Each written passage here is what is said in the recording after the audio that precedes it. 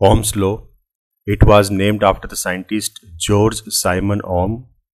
He was a German physicist and he was the first one who discovered this law experimentally. As per Ohm's law, it is the basic law of electricity. Electricity का सबसे basic law उन्होंने दिया था ohms ने. क्या कहते हैं Ohm's law? According to the Ohm's law, the electric current passing through a conductor is directly proportional to potential difference across it, provided the physical conditions are kept constant. तो उन्होंने क्या कहा था कि किसी भी कंडक्टर है, कोई भी कंडक्टर है, मान लीजिए कोई भी कंडक्टिंग प्लेट ले लीजिए, वायर ले लीजिए, कोई भी कंडक्टर है, उसका एक एंड ए है, दूसरा एंड बी है. अब इसके अंदर से जो करंट पास होगा आई, वो किसके डायरेक्टली प्रोपोर्शनल होगा? इसके अक्रॉस जो पोटेंशियल डिफरेंस होगा उसके. और वो पोटेंशियल डिफरेंस कौन देगा? जो भी अपन सप्लाई देते हैं. तो current is directly proportional to potential. Conditions क्या है कि जितनी भी फिजिकल कंडीशंस हैं वो सारी की सारी कांस्टेंट होनी चाहिए. Physical conditions in the sense कि टेम्परेचर कांस्टेंट होना चाहिए. तो I is directly proportional to V. अब यहाँ पे जब हम प्रोपोर्शनलिटी हटाएंगे तो यहाँ पे प्रोपोर्शनलिटी कांस्टेंट आ जाएगा 1/R. ठीक है ना. ये क्या है? आपका कांस्टेंट है, जिसमें R क्या है? R क्या है? आपकी रेजिस्टेंस है, रेजिस्टेंस ऑफ द कंडक्टर. ठीक है ना. तो जो भी आपने कंडक्टिंग वायर लिया है AB, उस कंडक्टिंग वायर की रेजिस्टेंस है. ठीक है ना, रेजिस्टेंस ऑफ द कंडक्टर. तो एक्सप्रेशन क्या बन गया? IR is equal to V, और you can say V equals to IR. तो ये है आपका ओम्स लॉ. ठीक है ना. फिजिकल कंडीशंस में मेनली हम टेम्परेचर की बात करेंगे यहाँ पे, और मैं आगे आपको बताऊंगा कि जब टेम्परेचर चेंज होगा तो इससे क्या फर्क पड़ता है ओम्स लॉ पे. इसका मतलब अगर हम ग्राफिकली इस चीज को समझें तो ग्राफ कैसे आएगा? अगर करंट और वोल्टेज के बीच में ग्राफ बनाए तो ये आपकी स्ट्रेट लाइन आती है. और आप लोगों ने मैथ्स में पढ़ा होगा, इक्वेशन ऑफ स्ट्रेट लाइन क्या होती है? y equals to mx plus c ना. तो y के अलोंग क्या है? अपना करंट, और m क्या है? अपना स्लोप. ठीक है. तो m की वैल्यू क्या हो जाएगी? ये 1/R. और x के अलोंग क्या है? अपना वोल्टेज V, प्लस c क्या है? कांस्टेंट है. ठीक है ना. तो c वो पॉइंट होता है जो y एक्सिस को कट करता है. तो यहाँ पे y एक्सिस पे ये c कहाँ से जा रहा है? 0 से निकल रहा है. ठीक है ना. अगर ये इस तरीके से जाती लाइन, इस तरीके से, तो ये पॉइंट आपका C है. तो यहाँ पे C क्या है? 0 है. ठीक है ना. तो C आपका कांस्टेंट 0.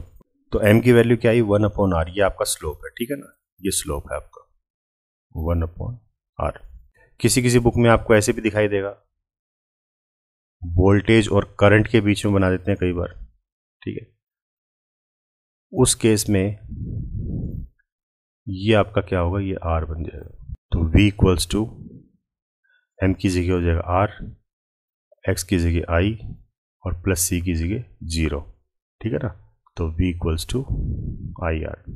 अब हमारे सामने ये नया एक वर्ड आया है, रेजिस्टेंस.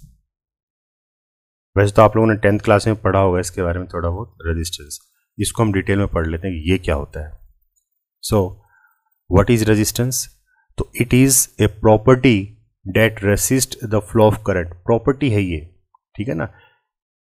किसी भी कंडक्टिंग वायर की क्या है? प्रॉपर्टी है.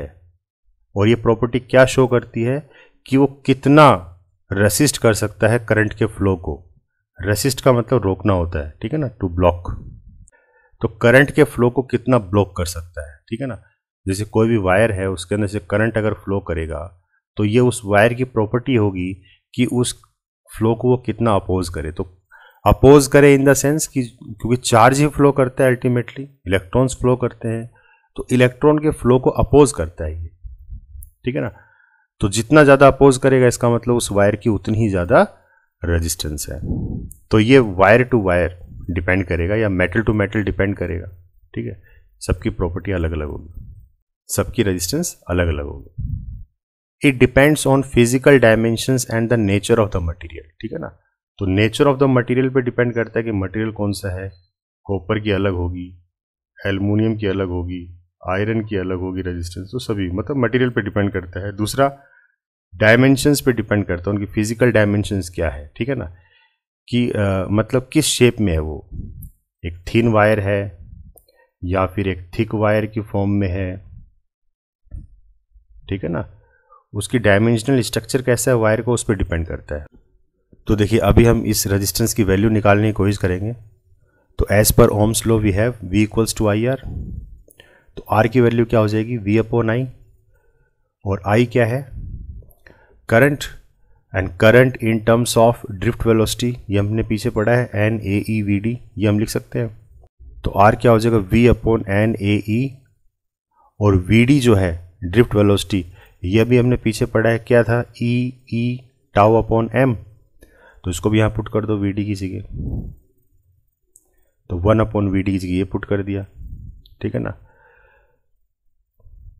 और V की जगह हम पुट कर सकते हैं EL, क्योंकि V इज इक्वल टू क्या होता है, ER हमने पढ़ा है ना।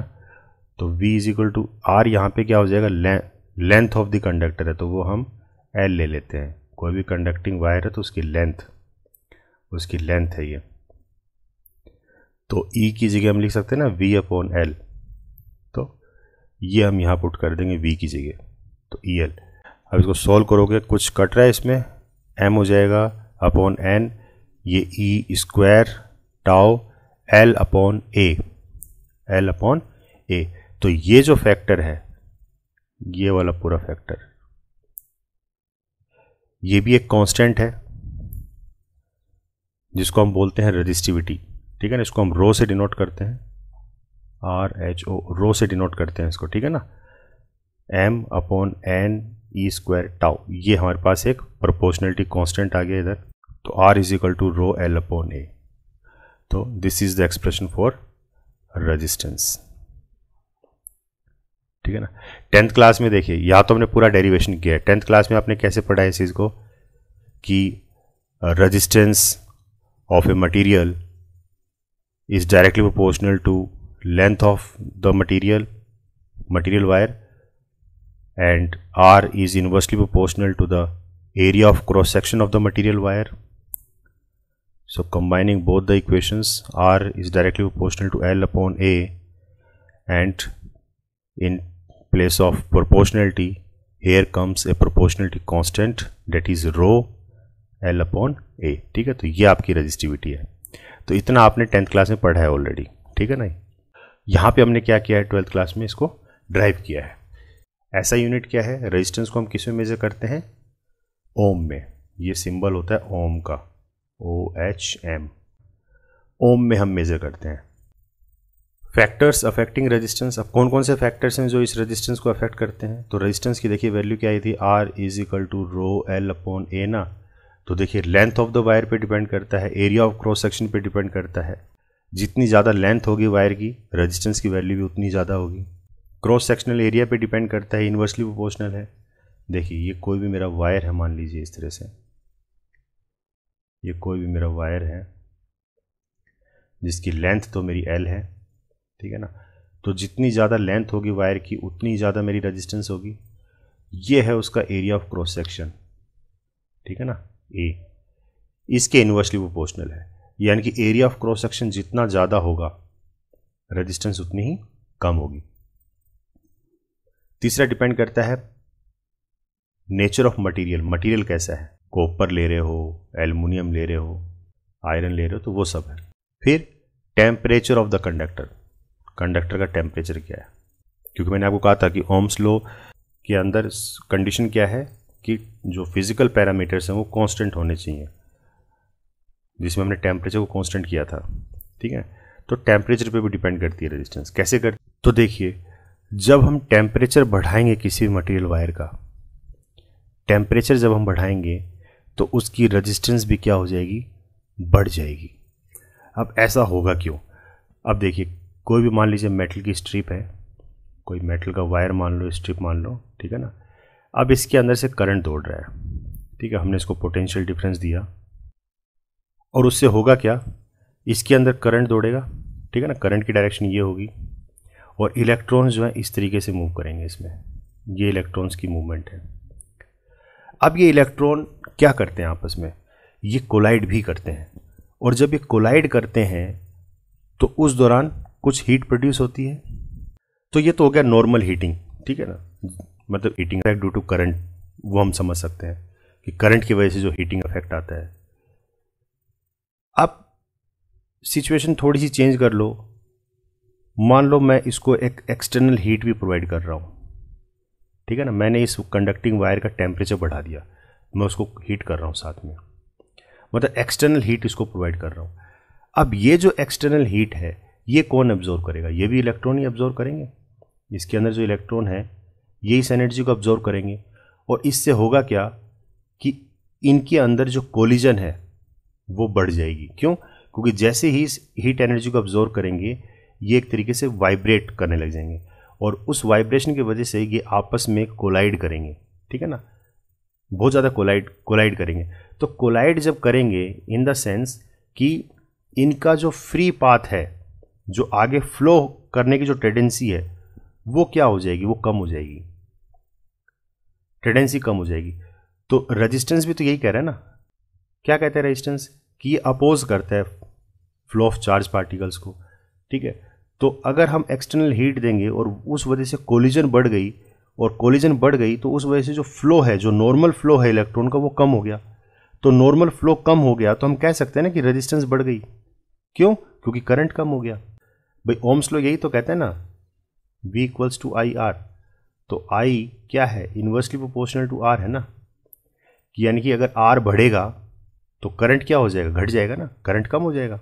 तो यहाँ दो चीज़ें सामने आती हैं कि एक, जब हम टेम्परेचर बढ़ाते हैं तो इलेक्ट्रॉन जो है नॉर्मल जो कोलिजन करता है उससे ज़्यादा कोलिजन करना शुरू कर देगा, और उस वजह से एक्सेसिव हीट प्रोड्यूस होगी, और इलेक्ट्रॉन जो है आगे बढ़ने के बजाय आपस में उलझ के रह जाएगा।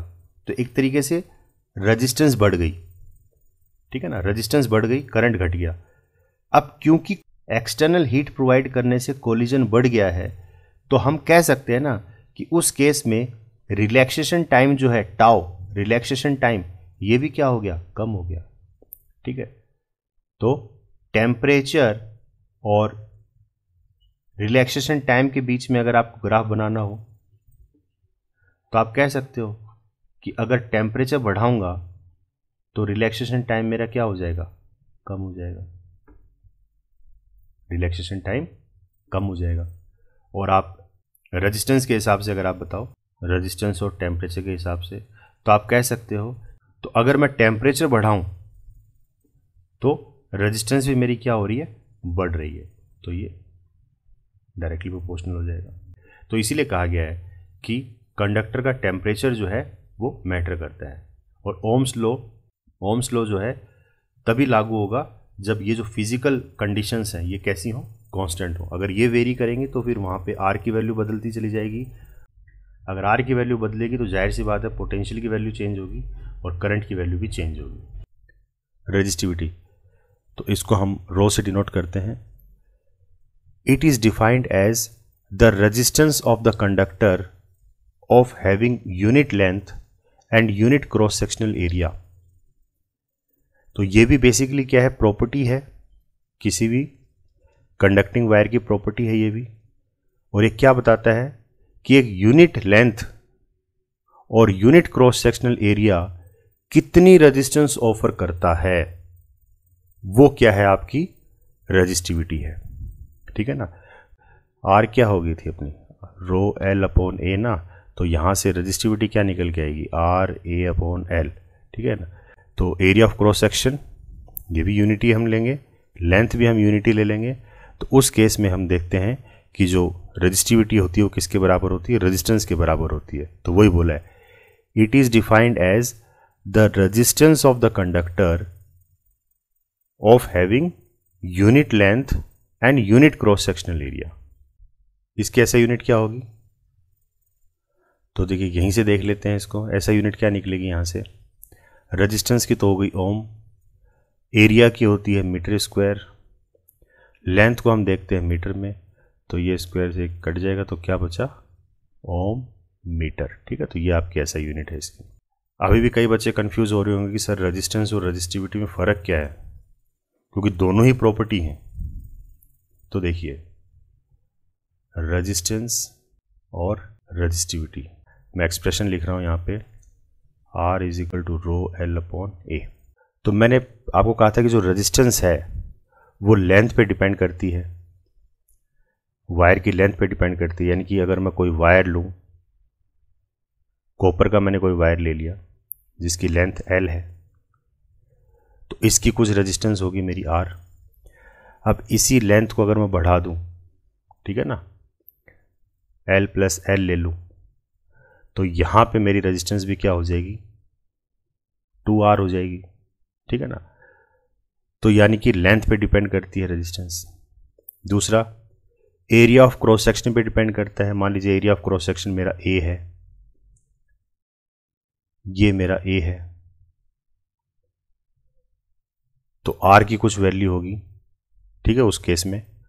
और फिर एरिया ऑफ क्रॉस सेक्शन अगर मान लीजिए मैं हाफ कर दूं, अगर A मैं हाफ कर देता हूं, A/2 कर देता हूं, मान लो एरिया, मतलब और पतला वायर ले लिया मैंने, ये थिक वायर था मेरा और ये मैंने थिन वायर ले लिया, तो उस केस में मेरी R क्या हो जाएगी, अब ट्वाइस ऑफ R हो जाएगी, ठीक है। तो लेंथ बढ़ा रहा हूं, रेजिस्टेंस मेरी बढ़ रही है, एरिया कम कर रहा हूं, रेजिस्टेंस मेरी बढ़ रही है, ठीक है। तो इस पर डिपेंड कर रही है रेजिस्टेंस, जबकि रेजिस्टिविटी लेंथ पे डिपेंड नहीं करती, ना ही एरिया ऑफ क्रॉस सेक्शन पे डिपेंड करती है। क्यों? क्योंकि ये हमें एक यूनिट एरिया और यूनिट लेंथ के ऊपर बताता है। जैसे मान लीजिए ये कोई भी आपका कंडक्टिंग वायर है, area of cross section A है, लेंथ इसकी L है, ठीक है ना, और ये वायर आपका कॉपर का है। ये वायर भी हम सारे के सारे कौन से ले रहे थे, कॉपर के ले रहे थे। तो कॉपर की वायर के अंदर एक यूनिट लेंथ और यूनिट एरिया, मतलब इतना सा पोर्शन, ये एरिया कितनी रेजिस्टेंस ऑफर करता है, वो आपकी क्या कहलाती है, रेजिस्टिविटी कहलाती है। तो ये हमने फिक्स कर दिया ना इसके अंदर कि एक यूनिट लेंथ और यूनिट एरिया कितनी रेजिस्टेंस ऑफर करेगा, वो आपकी रेजिस्टिविटी है। तो ये तो फिक्स है, ठीक है। तो आप लेंथ चाहे कितनी बढ़ा दो घटा दो, एरिया कितने बढ़ा दो घटा दो, इस पर तो फर्क ही नहीं पड़ेगा। यहां तो हम एक यूनिट एरिया और यूनिट लेंथ ले रहे हैं, ठीक है। तो ये तो हो गया फर्स्ट केस। अब वही हम कह सकते हैं कि रेजिस्टेंस जो है वो सेम हो सकती है फॉर 2 डिफरेंट वायर्स, ठीक है ना। तो it can be same for 2 different wires, 2 different wire, दो अलग अलग वायर्स की जो है रेजिस्टेंस सेम हो सकती है। तो डिफरेंट वायर हम ले सकते हैं कि एक वायर हमने कॉपर का ले लिया, दूसरा हमने एल्युमिनियम का ले लिया, या कोई आयरन का वायर ले लो, ठीक है ना। तो इनकी रेजिस्टेंस सेम हो सकती है, वो उसमें कंडीशन आ जाती है, किसी की लेंथ ज़्यादा होगी या किसी का एरिया कम होगा, तो कैसे भी हम एडजस्ट करके इनकी रेजिस्टेंस हम सेम कर सकते हैं, ठीक है ना। लेकिन resistivity can never be same for different material wires. क्यों? क्योंकि अगर आप मान लीजिए एक यूनिट लेंथ का आप कॉपर का वायर लेते हो, एक उसी यूनिट लेंथ का आप एल्युमिनियम का वायर लेते हो, या फिर आप कोई और वायर ले लो, तो इनकी रेजिस्टिविटी भी हम उसी हिसाब से देखेंगे, यूनिट लेंथ और यूनिट एरिया, ठीक है ना, कितनी रेजिस्टेंस ऑफर करता है, इसकी भी हम वही देखेंगे, यूनिट लेंथ और यूनिट एरिया कितनी रेजिस्टेंस ऑफर करता है। तो ये दोनों ही वैल्यू अलग अलग आएंगी, ठीक है ना, क्योंकि रेजिस्टिविटी जो है वो किस पे डिपेंड करती है, मटेरियल पे डिपेंड करती है, और दोनों ही मटेरियल क्योंकि अलग अलग हैं तो रेजिस्टिविटी भी अलग अलग होगी। तो रेजिस्टेंस जो है, थर्ड पॉइंट हम कह सकते हैं कि रेजिस्टेंस जो है वो एंटायर वायर के लिए होती है।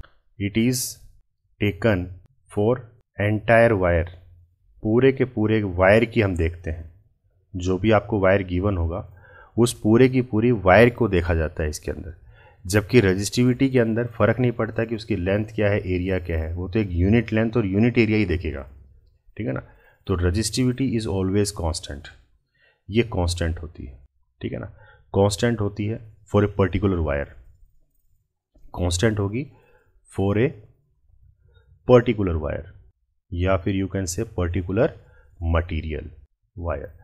क्योंकि देखिए इसमें एल भी इन्वॉल्व है, एल पे भी डिपेंड कर रही है, ए पे भी डिपेंड कर रही है, तो हम कह सकते हैं ना, इट डिपेंड्स ऑन डायमेंशंस, जबकि रेजिस्टिविटी क्या होती है, इंडिपेंडेंट ऑफ डायमेंशन होती है, डायमेंशंस पे डिपेंड नहीं करती है।